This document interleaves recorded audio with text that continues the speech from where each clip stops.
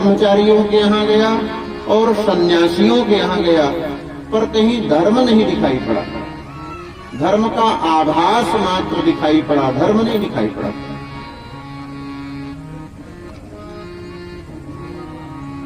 नदियों का जल दूषित हो गया है।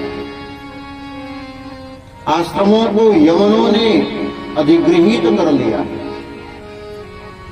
आश्रमाः यवनैः रुद्धाः। श्रीमद् भागवत महापुराण में लिखा है, आश्रमों को यवनों ने अवरुद्ध कर दिया है। म्लेच्छों के हाथ में मंदिरों की व्यवस्थाएं चली गई है महाराज। आज आश्रमों और मंदिरों की जैसी दुर्दशा है कि कहीं नहीं है। अपने खाना होता है तो लोग घी वाला पराठा बनाकर खा जाते हैं और ठाकुर जी को कहते हैं दिन वाली रोटी ही भोग लगा दो, साफ तो है क्या हर दिन। अपने खाना होता है तो कहते हैं रसगुल्ला मंगा लो, मोहन भोग और रसमलाई ले आओ, और भगवान के लिए तो कहते हैं एक डब्बा मिश्री और एक डब्बा किशमिश भर के रखे थे, खत्म हो गया क्या? आश्रमों की ये दशा है। जिन लोगों ने आश्रमों को अपनी निजी संपत्ति मान लिया है, ठाकुर जी की संपत्ति पर ठाकुर जी का अधिकार ही नहीं रह गया। जिसके हिस्से में गया उन्होंने अपने हिसाब से उसका भोग भोगना प्रारंभ कर दिया। ऐसे लोगों को भागवतकार मलेच्छ कहते हैं, यवन कहते हैं। आश्रमाः यवनैः रुद्धाः तीर्थानि सरितस्तथा।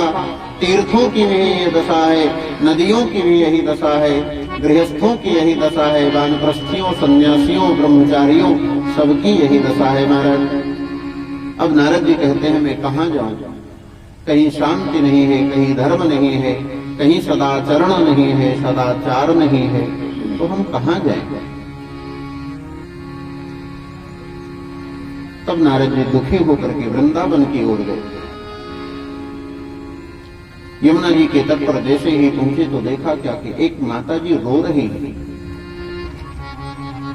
सैकड़ों स्त्रियां उन माता जी को घेर करके खड़ी हैं, कोई पंखा कर रही है, कोई पानी पिला रही है, कोई हाथ पांव दबा रही है, सब सेवा में जुटी है, पर वो माता जी रोए जा रही है। नारद जी ने दूर से देखा तो सोचा चलो पता करते हैं इनका दुख क्या है, दुख के कारण क्या है। थोड़ी दूर गए तो फिर ठहर गए। अरे रुको रुको रुको, साधु महात्माओं की स्त्रियों के बीच में जाना ही नहीं चाहिए। एक नियम है महाराज, हमारे यहाँ संतों के बीच में एक कहावत कही जाती है, न स्पृशेत दारुमयी स्त्रियान। महात्माओं को काठ की स्त्री का दर्शन नहीं करना चाहिए, स्पर्श नहीं करना चाहिए। तो ये स्त्रियों का समूह है, माताओं का समूह है। नारद जी ने सोचा कि हम साधु हैं, हमारा जाना उनके बीच में ठीक नहीं है, घूम पड़े। तब तक उस रोती हुई माता ने देखा और जोर से पुकारा, भो भो साधो क्षणं तिष्ठ मच्चिन्तामपि नाशया दर्शनं तव लोकस्य सर्वथा अघोरं परम्। अरे महात्मा रुको रुको रुको।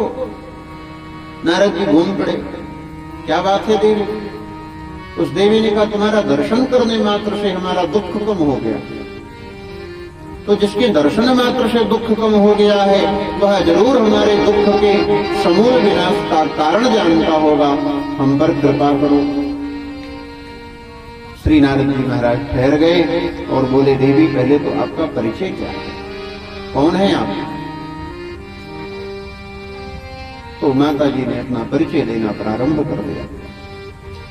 अहम भक्तिरिति ख्याता इमौ मे तनयो मतो ज्ञान वैराग्य नामानो कालयोगेन जर्जरो। हे महात्मा, मेरा नाम भक्ति है, मेरे दो बेटे हैं, एक का नाम ज्ञान है, एक का नाम वैराग्य है। कालयोग के प्रभाव से दोनों जर्जर हो गए। ये कलयुग चल रहा है ना, ज्ञान और वैराग्य कलयुग में जर्जर हो जाते हैं। क्यों? क्योंकि ज्ञान से किसी को वास्ता नहीं है। बैरागी कोई रहा नहीं, तो बेचारे दोनों की जब महत्ता कम हो गई तो जर्जर हो गए। आजकल देख रहे हैं ना, कीर्तन से ही काम चल जा रहा है, ज्ञान की क्या आवश्यकता है। कौन न्याय पढ़े, कौन मीमांसा पढ़े, कौन शास्त्र पढ़े, कौन व्याकरण पढ़े, कीर्तन से काम चला ले रहे।